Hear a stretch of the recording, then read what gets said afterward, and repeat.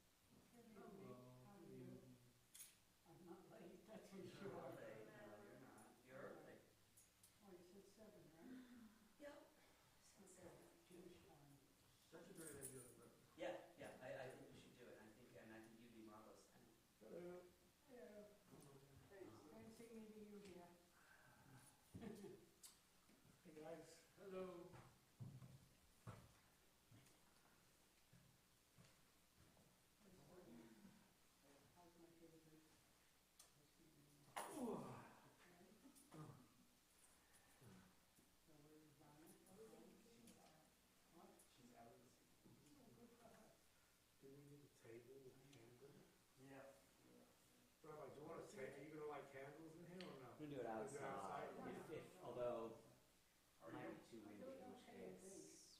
Okay. Yeah, you check all the parts Yeah, and, we're gonna try to finish it. We're gonna finish up out in the garden. It's cold. from the side. Yeah, we'll stay cottage and O'Malley out there, and I feel we'll light candles out there. Okay. Well, And then, Maybe actually light one in here, just so we, it's not well, then we gotta get a table and, we can move that table, yeah. So we'll do that? Yeah. Wait, don't do it. Why? Back to the back. That back is back. Oh, you're gonna do it? It just folds. It's not that heavy. Yeah, but it's too tall for me. Give it to me. No, no, no. Lean it this way.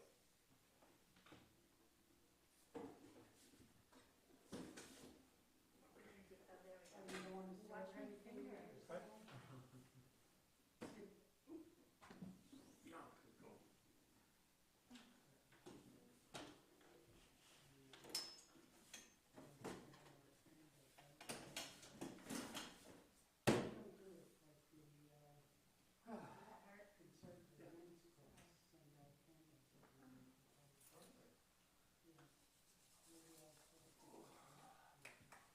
Sybil, you're famous.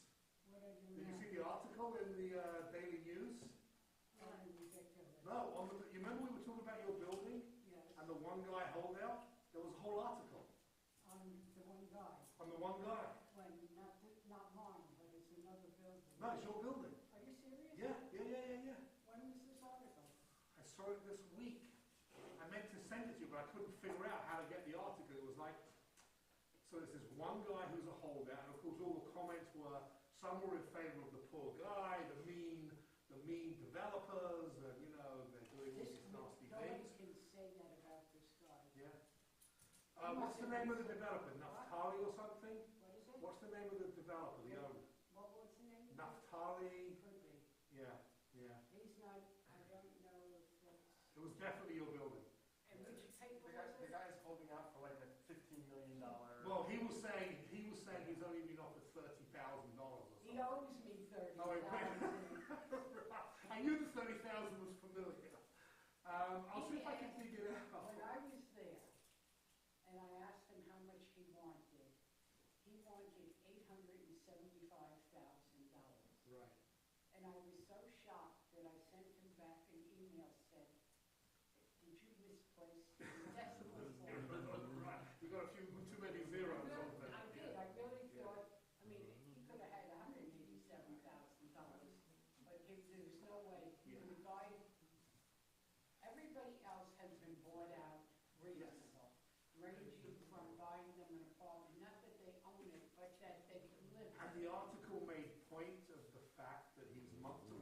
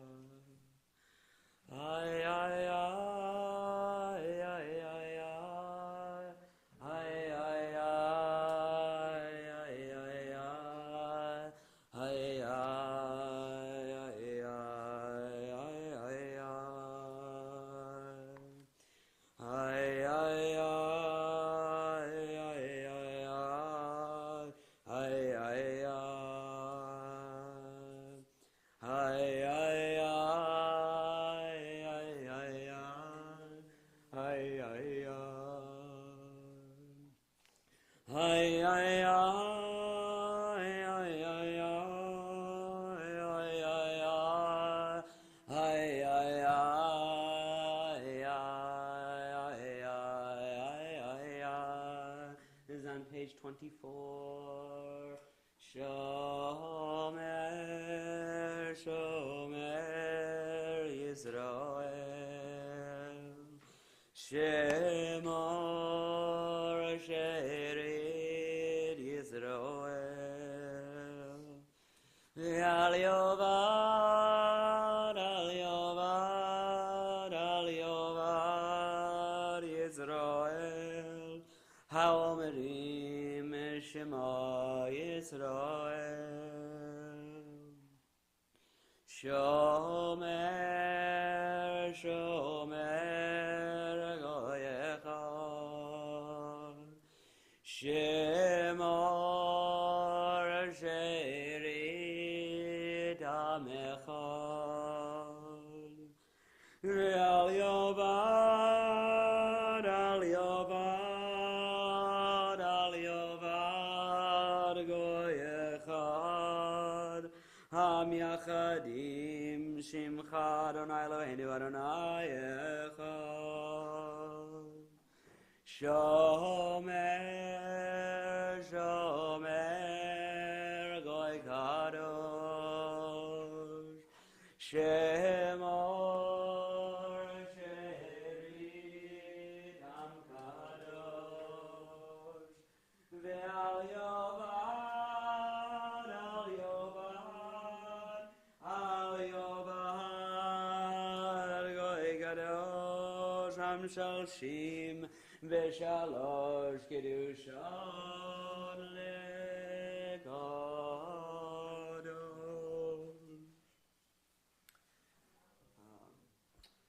So, I want to start off with a short sort of framing conversation, and I'll be at the mic so you can all hear, but also so people who might be streaming can hear. So we'll need two books for tonight. One is Megillat HaShoah, which I'll talk about a little bit what that is. There's a stack of them right there. And the other is a weekday Sidur, because we will say Ma'ariv and have an opportunity to say Kaddish in just a moment. But in a second, I'll share a little bit about what the book you're holding is. But before I do that, I'll just present a question, and we'll see. We'll have a short conversation about it, I hope. So there is, maybe you're all aware of it, but there is and has been over the last 60, 70 years considerable disagreement about how and even if to mark Yom HaShoah. And if we're going to mark Yom HaShoah as a specific Holocaust Remembrance Day, what ought to be the religious character of the day, if at all? Right, so there's two related but slightly distinct questions. One, are we going to actually have a day? And two, if we're going to have a day, are we going to do anything at all religious on the day? And I'll share the background behind those two questions, and I'm curious if you guys have a sense of this, or where you're at this in your own thinking about Yom HaShoah or the history of the Shoah. The first question about if we have a day is rooted in a rather ancient idea that we have a day to commemorate our cataclysms, and it's called Tisha B'Av, right? And throughout history, what Jews have done is basically roll all of the tragedies into Tisha B'Av, right? So the expulsions happened on Tisha B'Av, and the temple was destroyed on Tisha B'Av, and whether or not these things all actually happened on Tisha B'Av, in sort of the Jewish liturgical imagination, all of these things are held on Tisha B'Av. So a first question about whether or not the Shoah needs a separate day is the Shoah categorically different from past traumas and past disasters? Right? The Haggadah says, right? Lo echad bilvad amar Eloheinu lo chalotenu. It's not just once they're going to rise to destroy us, no, but in every single generation, right? So the first question about whether, and there were, to some extent, whether or not Yom HaShoah is going to be a day is sort of settled science, because and this is a somewhat banal sort of way to make this decision, but when people publish Jewish calendars, right, what most of the Jewish calendars you get have Yom HaShoah on there, right, with maybe very, very few exceptions in the Haredi world, but most of them have it on there. So it's like sort of settled science that there is a day. But the question about whether or not the Holocaust is fundamentally different from past tragedies is, I think, one that stands not entirely answered. And I think people have different senses of that. And I'm curious, that's the first, I'll open it up for a second, if anyone has any thoughts about that or sense of that for themselves. Or yeah, Mark. Well, I think part of it is that, and of course, as time goes on, there's fewer and fewer people left who lived during that period, and there's still a lot of the children of those people, so the memory is fresher as opposed to the Spanish Inquisition. We don't have memories of that in many of these other events, but there's still kind of even second generation memory of the events. Right. So maybe people's minds that sets it apart. Right. Right. I mean, I think there's a lot. It certainly feels different to us, right? Because it's not everyone in this room. It's not like it's ancient history. We know people, right? It's our parents or our grandparents who had these experiences and told us about them, right? Or people, friends, whatever, right? So it is, right? It's living in that way. It's interesting that, yeah, Larry. Just to build on, I was thinking that we weren't around for the other tragedies. Right. We didn't experience those tragedies, and maybe at those times those tragedies weren't rolled into Tisha B'Av or initially. So maybe over the course of time right. and over the course of history, and I think it's critical that we're just a speck in time. Right. So for us, we should be recognizing it separately, and perhaps in another millennia it will be rolled into Tisha B'Av, but it's not for us to do Right. that at this time. That's interesting. Yeah, that's an interesting perspective. Right. There's no Spanish Inquisition Day, right?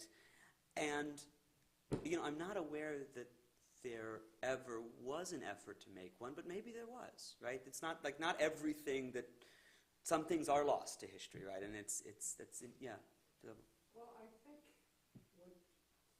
even though it's current events, I think one of the things that makes it stand out is that there were, let's put it this way, factories built for the extermination, where in the past there was just outright killing.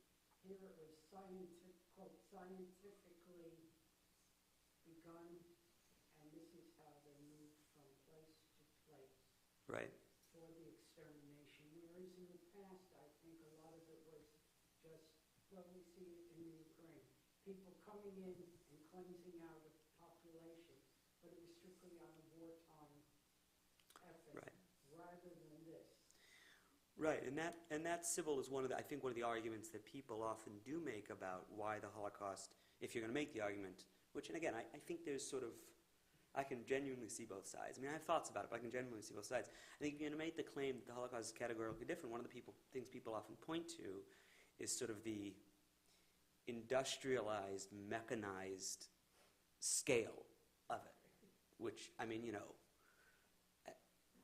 a pogrom, in 1600 is horrific, but you burn a town. I mean, this is burning 6 million people. I mean, the scale is sort of... The percentage of the population, the Jewish population that was eradicated is way beyond Right. the Inquisition or any other Right. event. Right, which is a compelling, perhaps, reason to make it its own day. Yeah, Sam. But I think even in future generations, when one might say that the tragedy can be compared to the events that we celebrated or celebrate on Tisha B'Av, there will always be this connection between this and Yom HaAtzmaut, the creation of Israel. Yep. And I think that the power of that, celebrating this and celebrating that, is so dramatic that it will never be lost, and it deserves a day now to Right. to contrast that. Right. I think that's basically where I kind of fall. I mean, it does, if for no other reason than to me, living now, it feels different.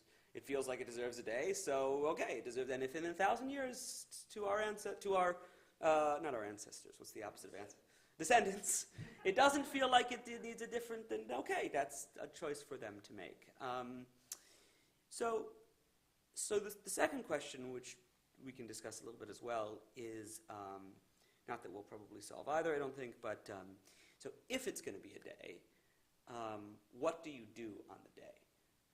And here, I think it's, if it is sort of, I think it's fair to say in the Jewish world, you know, it's most Jews in the world, no, I'll say almost all Jews in the world who are paying attention to the calendar know that it's Yom HaShoah, today and tomorrow, which means that even if maybe they think, well, it should just be rolled into Tisha B'Av, it is basically a day. It's sort of been decided that it is a day, I think.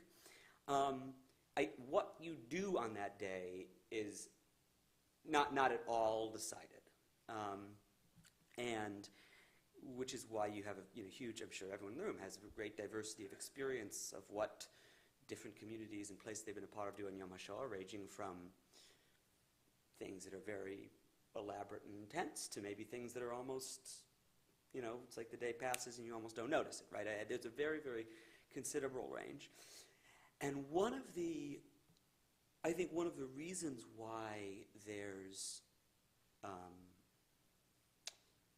some tsuris around this is because there's a real and poignant question about whether or not it's appropriate to do anything religious at all on the Shoah, on Yom HaShoah, right, in the context of the lived experience of lots of survivors for whom the Shoah is a complete repudiation of all the things that we normally get together to do as Jews, like pray to God that cares about us, and right, pray for healing and pray for salvation, right, all of these kinds of traditionally religious things that Jews do when they get together, which is not the only things Jews might do when they get together, but a lot of these traditionally religious things, some of which, by the way, we're going to do in a little while, feel to people very off in the context of Yom HaShoah. So I'm curious if people have thoughts about that.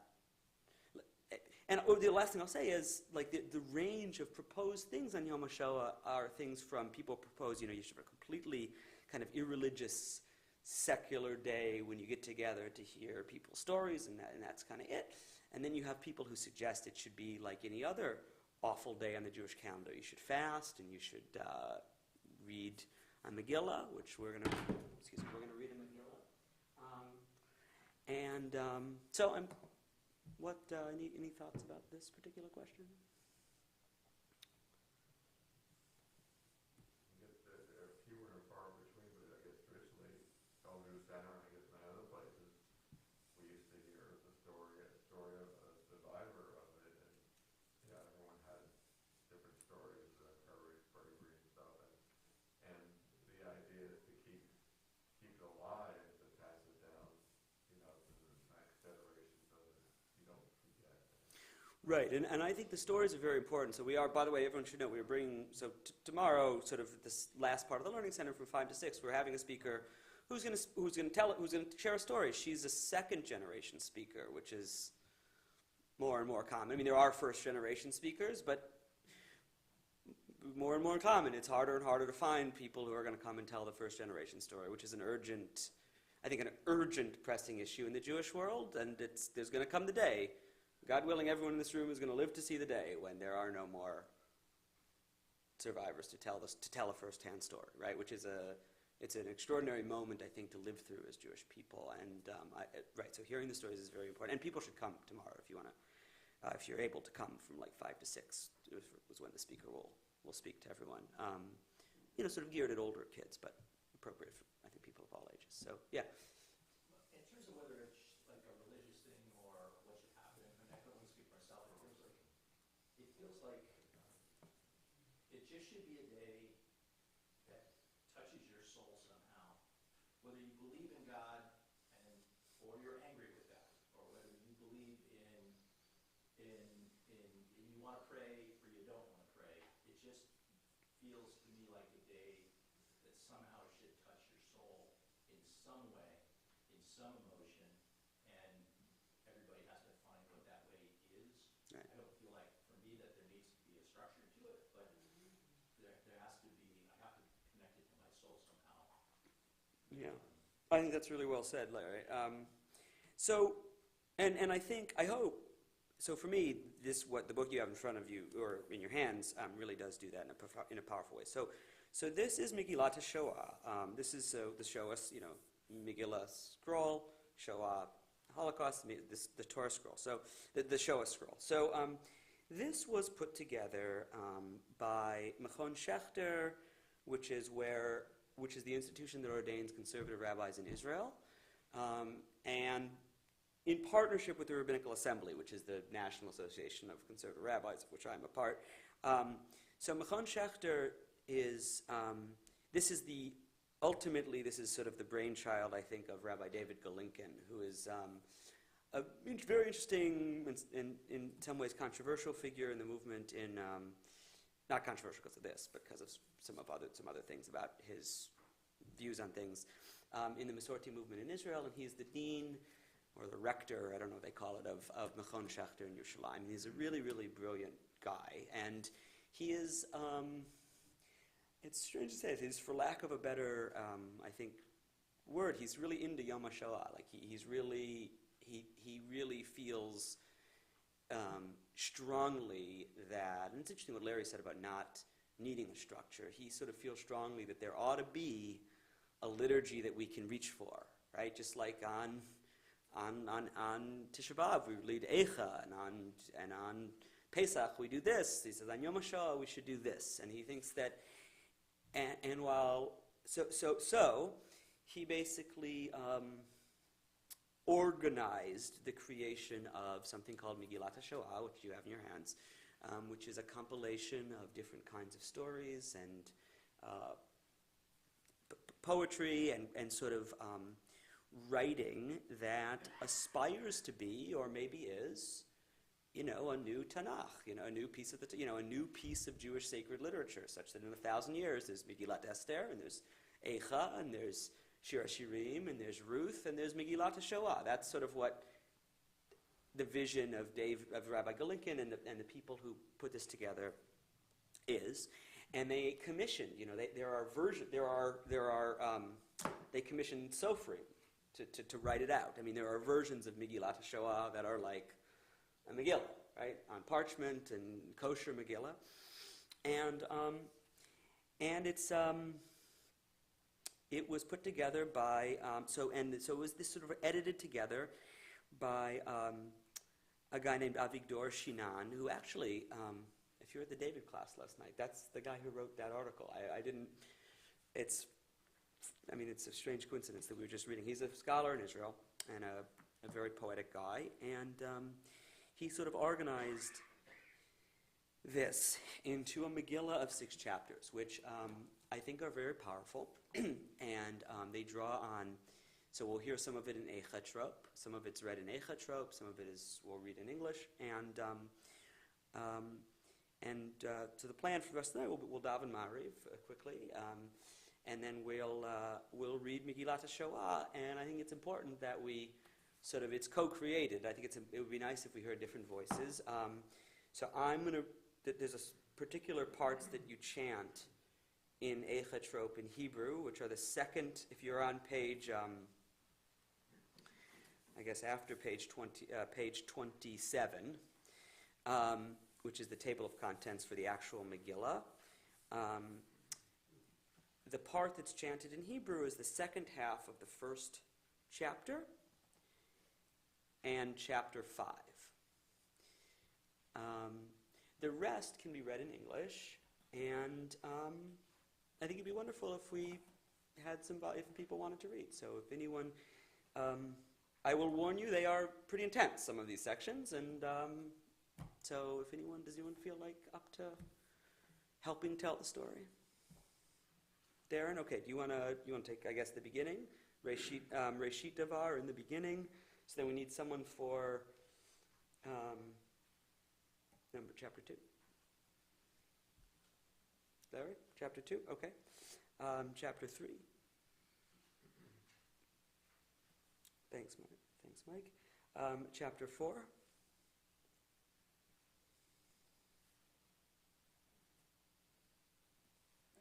Okay, I'll read chapter 5 again, and then chapter 6. All right. Okay.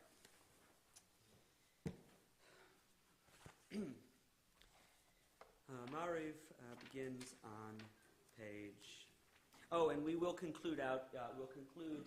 We are streaming this. I'm sorry for those of you who are streaming online. We are going to conclude out in our garden, where we'll have some more candles. Hopefully, they will stay lit in the wind, and we'll have El Male and Kaddish out there, and we'll spend a moment out there.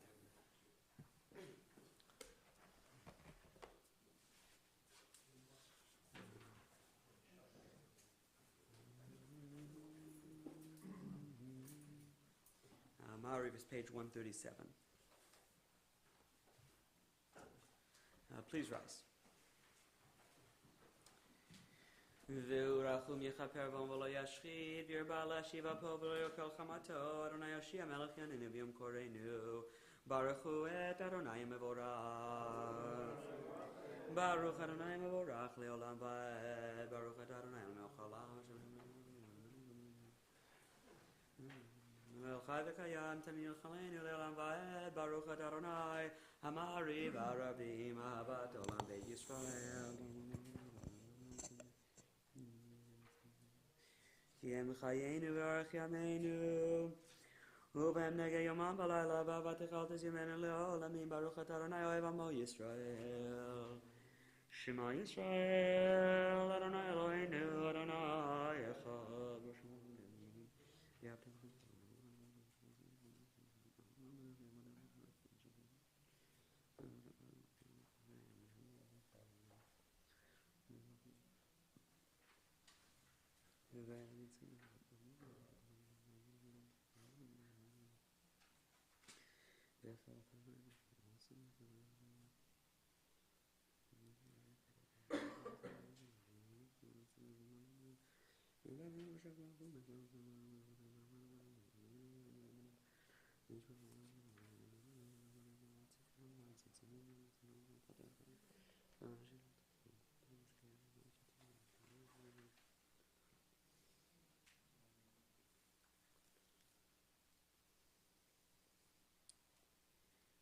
Adonai Elohim Emed, page 139.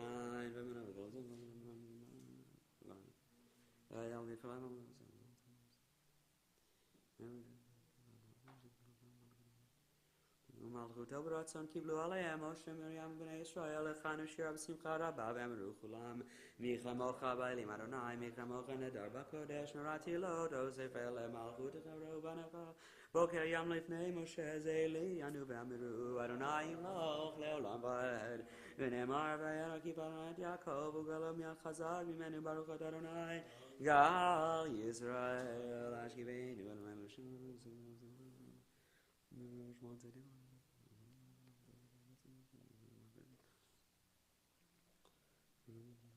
ושמות צאתנו בואנו לחיים ולשלום את אביעד עולם ברוך אתה אדוני שומר עמו ישראל ברוך אתה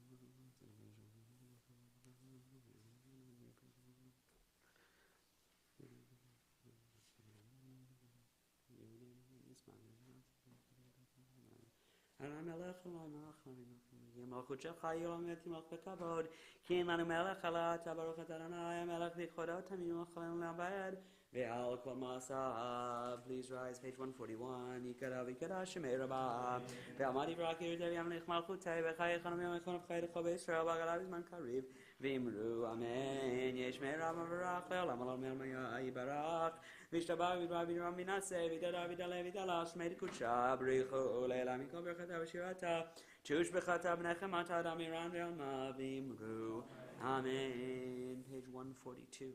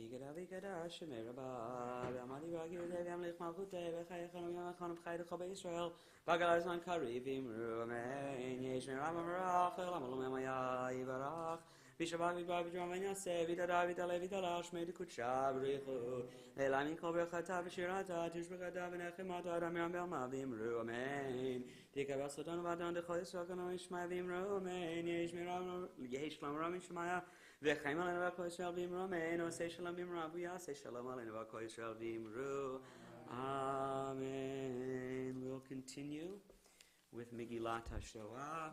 We'll begin on page 28.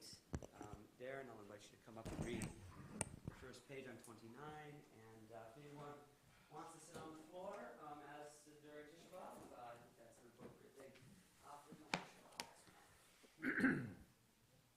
In the beginning, so spoke the chronicler. Long is the history of the eternal people, extending for millennia, including good years and bad years, tranquil years and dreadful years. In its own land and in diaspora lands among the nations and as a free people, it enjoyed long periods of repose during which it contributed of its endowments to fellow mortals, bestowing upon them the Sabbath and faith in one God, the book of books and the teachings of the prophets. At times, however, in darkened and difficult days, it struggled under the burdens imposed by vanquishers and subjugators. It was afflicted, body and soul, by religious wars and persecutions, burnings at the stake and being crowded into ghettos, blood libels and pogroms, expulsions and exiles, degradation and derision. The people had neither serenity nor tranquility, and the monster of Jew hatred again and again threatened to swallow it whole, rose up against it in every generation, attempting to destroy it.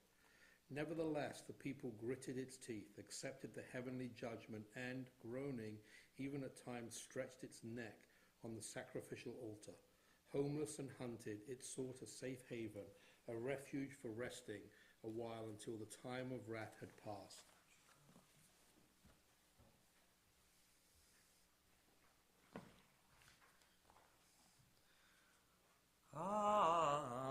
Asher lo le'am Yisrael be'Europa hanatzit ein lo shem umashal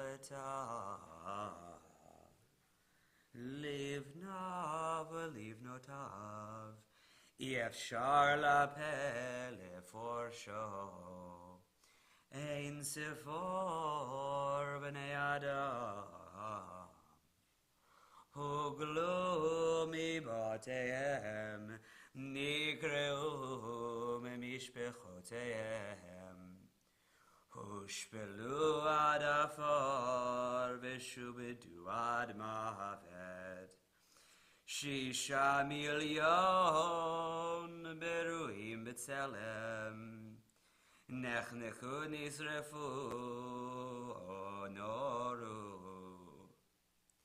Nigberu chayim Ometu berav b'tzamau v'akor Hapam Para mifletzet et pia lev lichok B'tzivacham makpi adam Uviksha lakor et hakol Below rachem Yatze ale hashmid larog ulabed Et ha'am kulo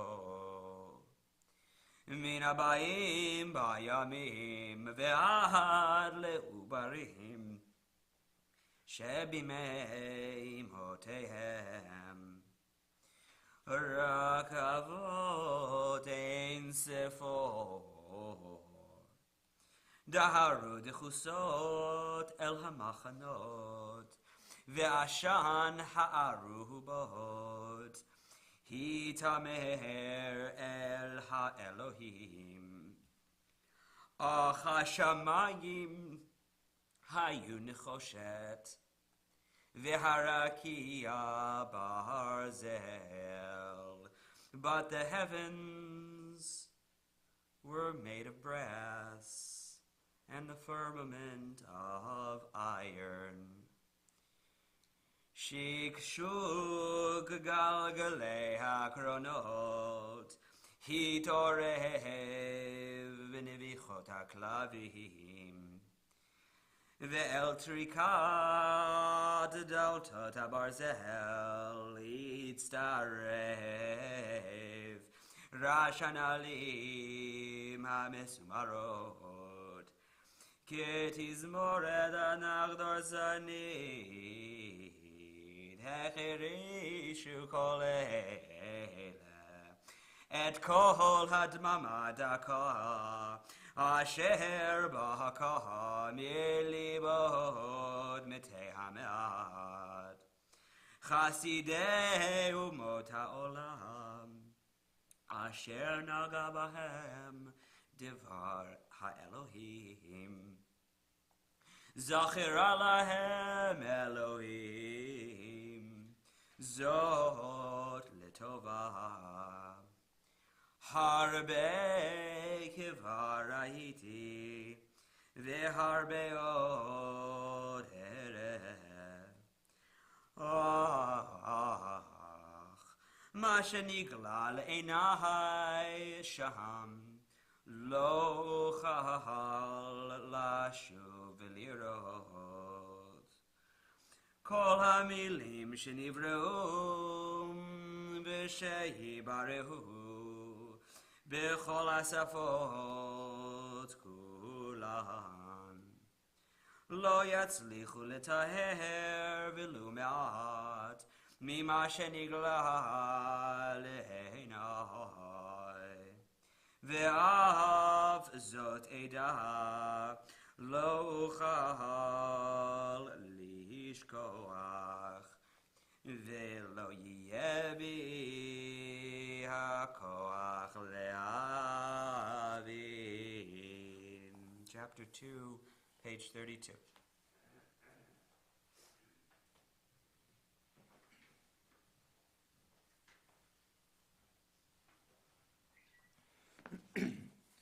The earth is filled with chaos and confusion.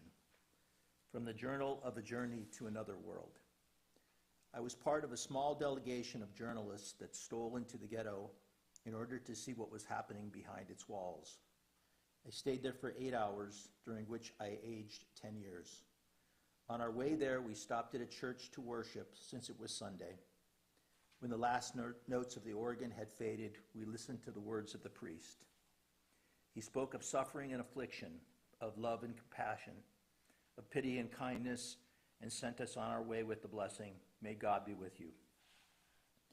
But when we passed the guardhouses placed in the walls surrounding the ghetto, we were left with the suffering and the affliction, them alone. As we entered, a cart was coming toward us, pushed and pulled by 3 men. Bloated corpses were heaped upon it, their heads bouncing to a rhythm determined by muddy ruts in the road, as if they were greeting us. Thus, for the first time, we met death's partner, famine. It was impossible not to feel its presence in every corner, and it was the force endlessly propelling streams of weakened people through the streets, their faces filled with despair. Wherever you looked, terrifying sights. A dead body, its face covered by a newspaper, and a man hastily removing its overcoat while digging in its pockets with anticipation. A young girl holding tightly her infant sister who was weeping out of hunger listlessly, maybe dying, maybe sleeping. An elder crowned with tefillin stretching out a feeble hand, his eyes reflecting the peace he had made with the most dreadful of all. A boy who had tried to smuggle potato skins into the ghetto, surrounded by a group of guards, reveling with coarse laughter as they stripped him before he was beaten to death. A group of young people was assembled around a bulletin board. One of the announcements, written in Yiddish, drew my attention. It was explained to us that this was an announcement about a concert to be held that very day, a small choir and a violinist. Other announcements told about Torah instruction and lectures on current events. Did these have the power even if momentary, to silence gnawing hunger or to stifle the dread of what the future held? Whence did this nation draw the strength to stare into the eyes of the destroying angel? We also met with members of the Jidenarot, community leaders, whose unfortunates into whose hands were entrusted the lives of our brothers and sisters were forced to organize people for a transport, while the motors of the trucks already were roaring in the central square. With shoving and shouting, mothers and their children were forced, along with the elderly holding their canes, the ailing and the crippled and the feeble, into the cavernous maws of the trucks, and all their eyes were filled with nightmarish terror. On their way to the nearby train depot, the trucks left behind them a silent scream shouted in black smoke, and the painful certain knowledge that tomorrow and the day after tomorrow, this scene would be repeated until the ghetto's last breath.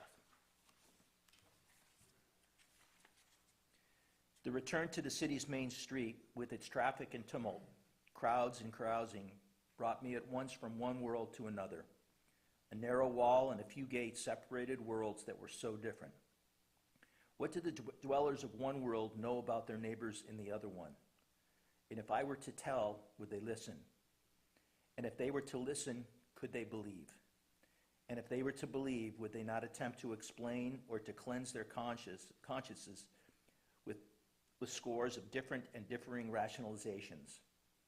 And if they were to ask me why all this befell the Jews, how would I answer?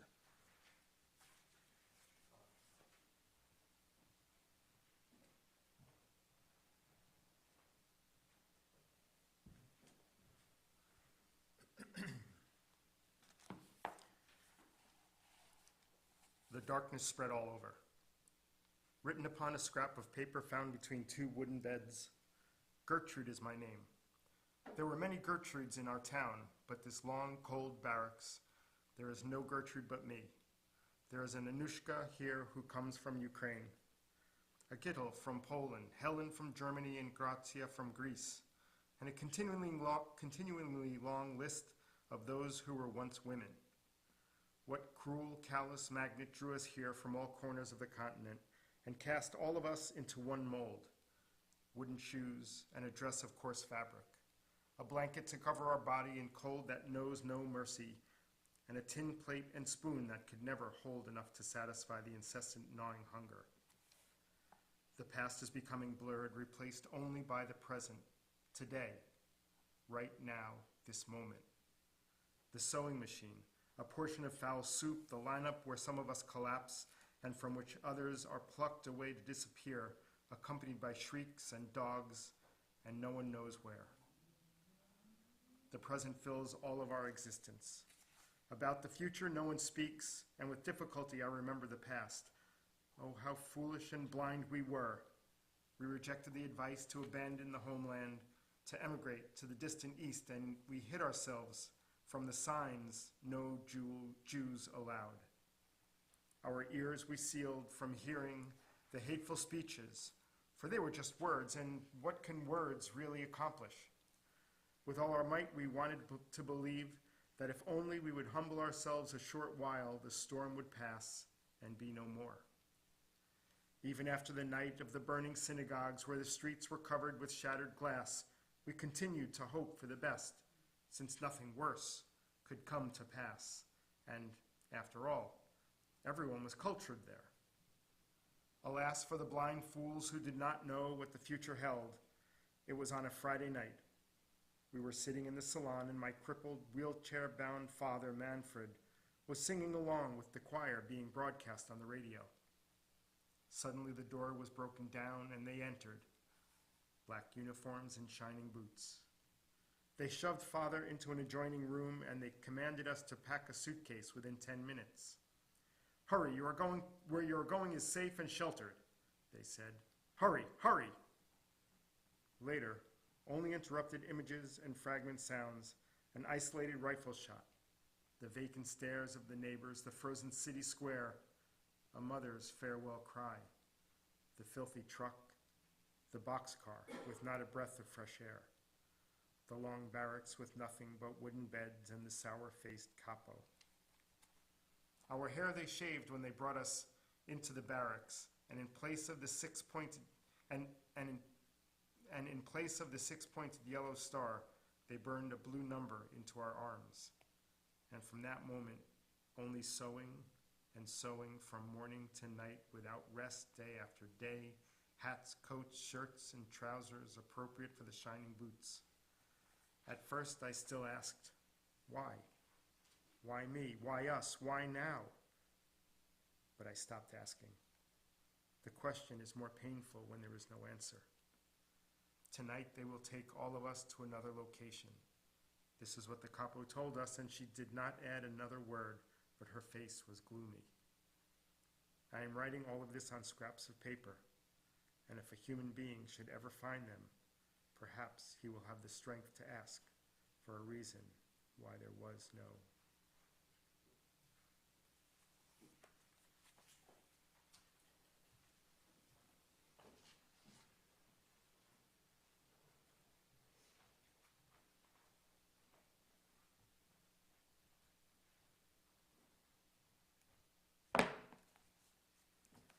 The last words of Yaakov David Ben Yoel Tzvi Halevi.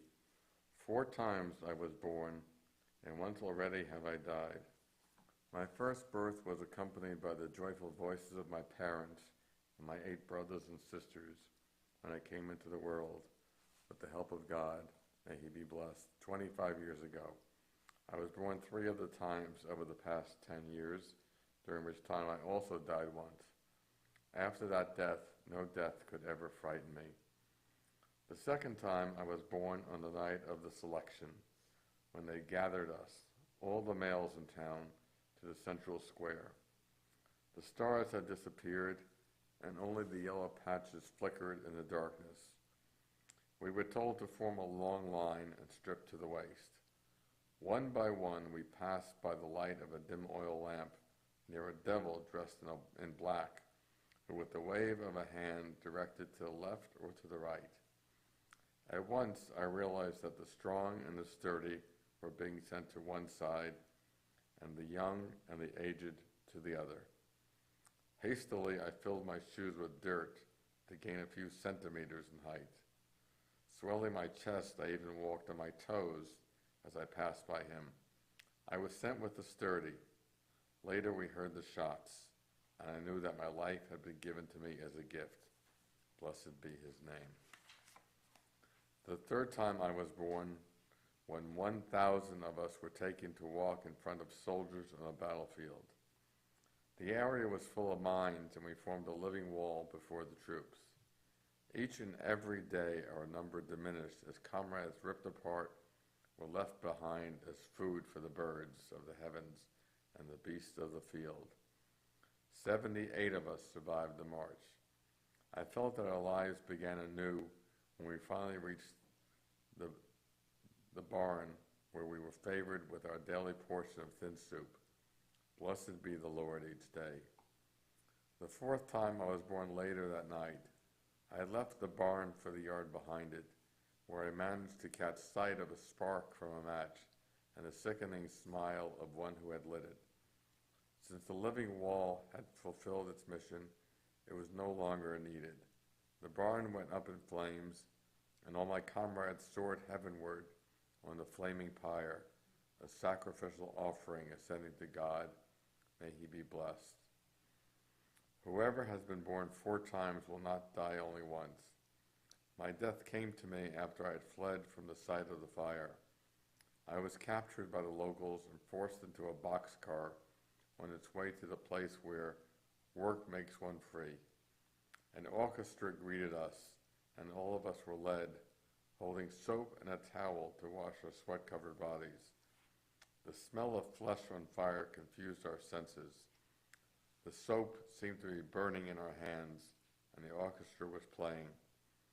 Thanks to God's mercies for me, I was removed from the line at the last moment and did not become part of the naked mass shoved into the room so savagely. The door slammed with a deafening noise, and from the room burst forth sounds that no words can adequately describe. The howling hiss of gas, streaming and accompanied by a mingling of faint and people's cries, Shema Yisrael and Mamala. The Lord our God, and Madra Mia, the Lord is one, and Tatsela, followed by a low murmuring sound. Here my task began, to remove the bodies, to pull out gold teeth, to shove the dead into the oven. When I pulled out the teeth of my brother Lazar, whom I had not seen for years, my heart died within me. My body continued to live, but I became one of the walking dead. The Lord gave me life, and the Lord took it away. May the name of the Lord be blessed. How the Master of the universe has taken such trouble to ensure that we would lose our faith in him.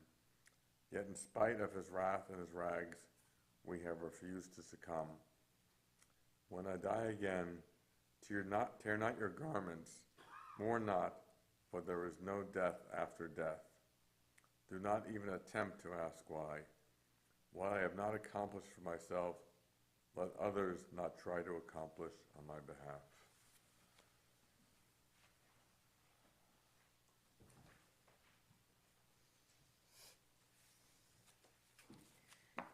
Chapter 5.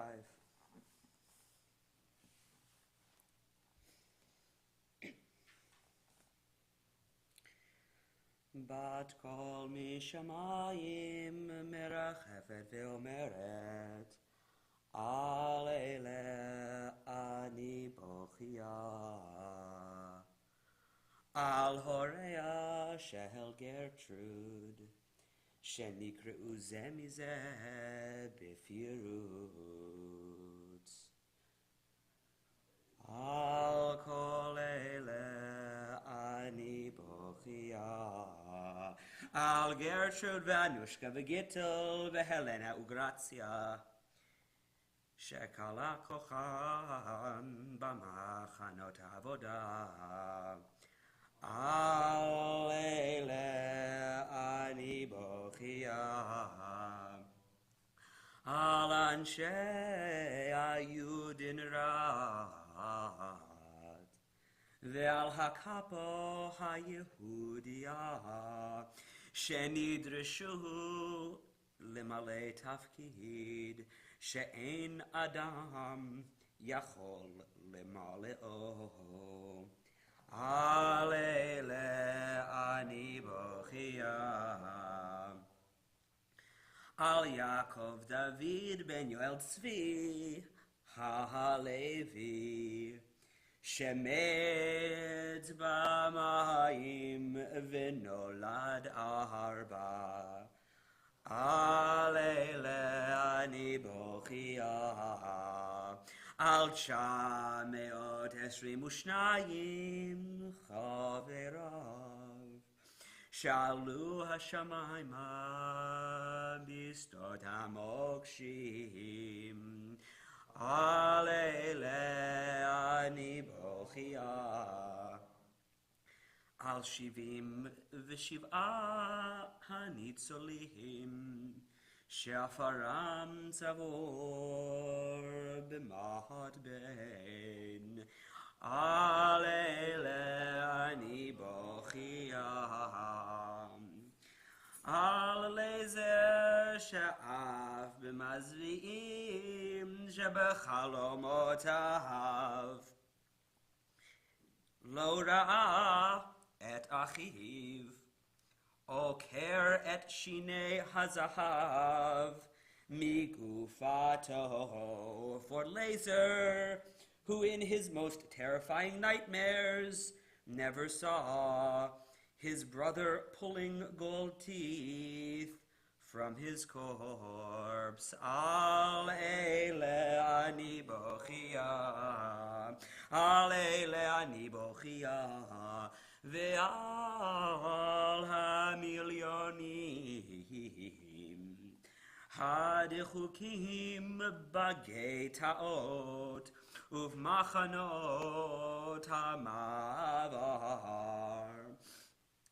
המשוטטים בירהוד והמוסתרים במרתפים ובחוכים. על מי שמצא מקלט בחיק דת אחרת, או איבד את אלוהיו. For those who found refuge in another faith, or who lost their God altogether. על מי שניתן לנישואים בידי חיות טרף, ששם רופא ומדען נקרא עליהם. על מי שמת ברעב ובצמא, נחנק למוות ברכבת, מסע או בתאי הגזים, נורא נקבר חי או נשרף. על מי שהוצא להורג בתלייה, למען יראו ויראו על מקדשי שם שמיים ושם ישראל, שסירבו להיכנע ונלחמו עד מוות. על מי שאיבד את ביתו וכבודו ותקוותו, על מי שנותר בחיים להיות הזוועה מחדש, יום יום ורגע רגע. And for those left alive to live the horror anew, day after day, moment after moment. Al ele ani bochia, al olalim,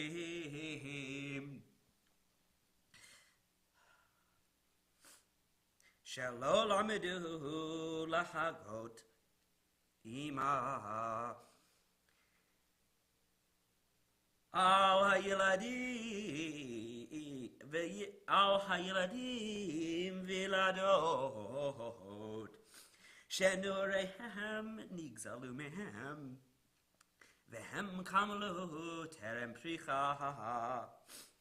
Al alamim ve'al amahot shelo nitbarchu mitachad lachupa, al azikenim shelo zachu L'seva shel chased, for the children who never learned to say Ima,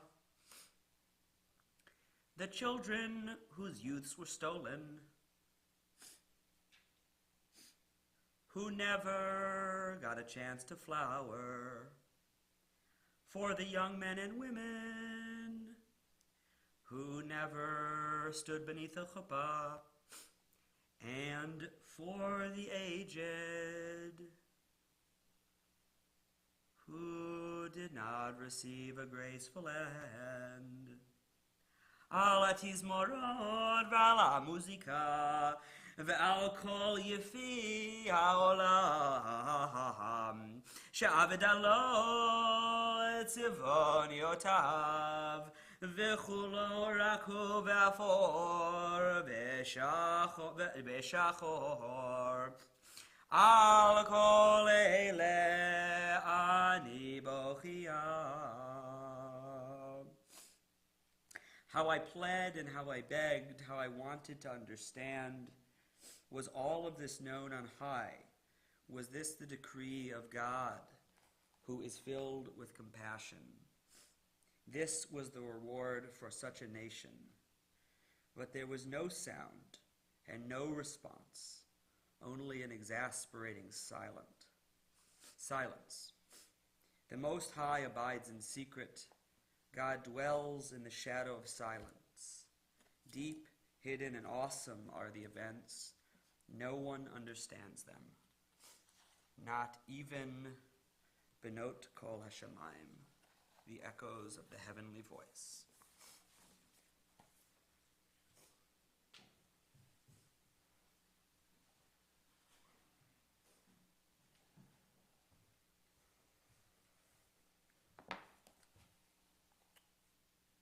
We're on page 55. Let there be light again. Again did the chronicler speak. At the edges of the night, the first rays of dawn could be discerned. They shone upon the remnants of human beings in striped clothing, who stared at the surroundings with dead eyes. They have forgotten how to be happy, and their bodies reject any food offered them. Bulldozers thrust into gigantic pits thousands of thin, naked corpses that fall, one atop the other, their limbs withered.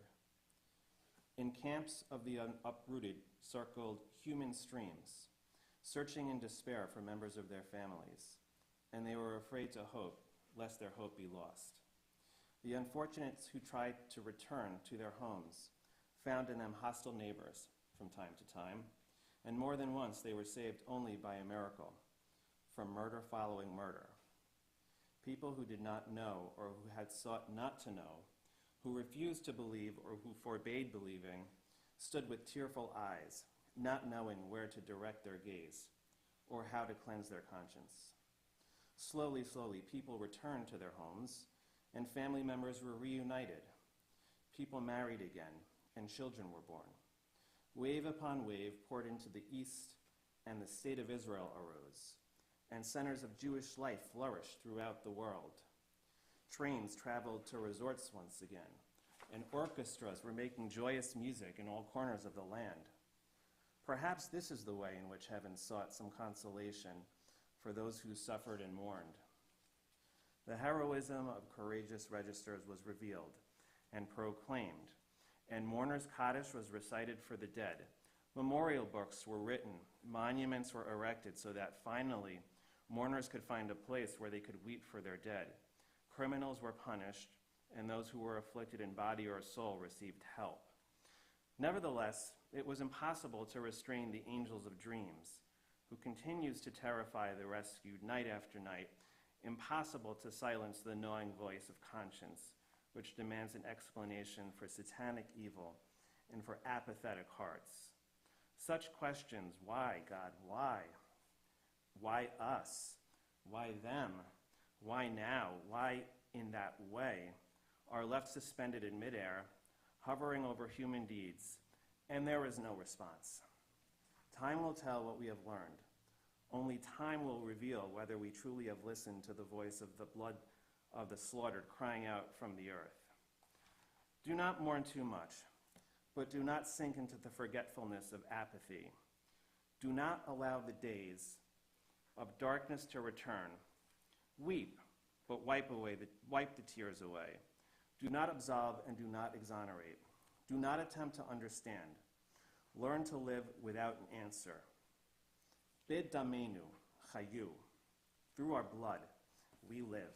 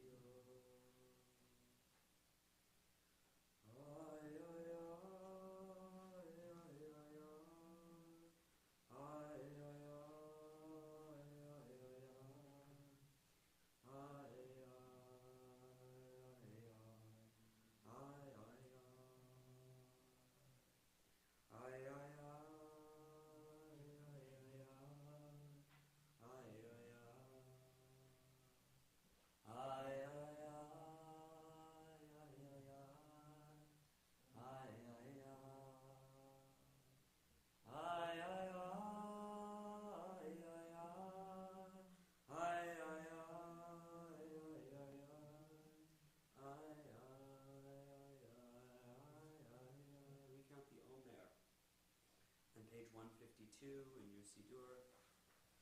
Please rise. Yesterday we counted 11 days of the Omer.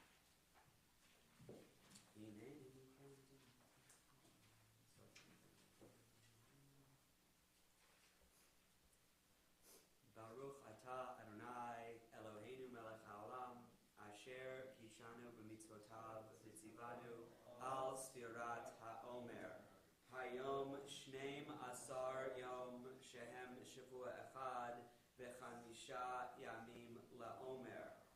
Today is 12 days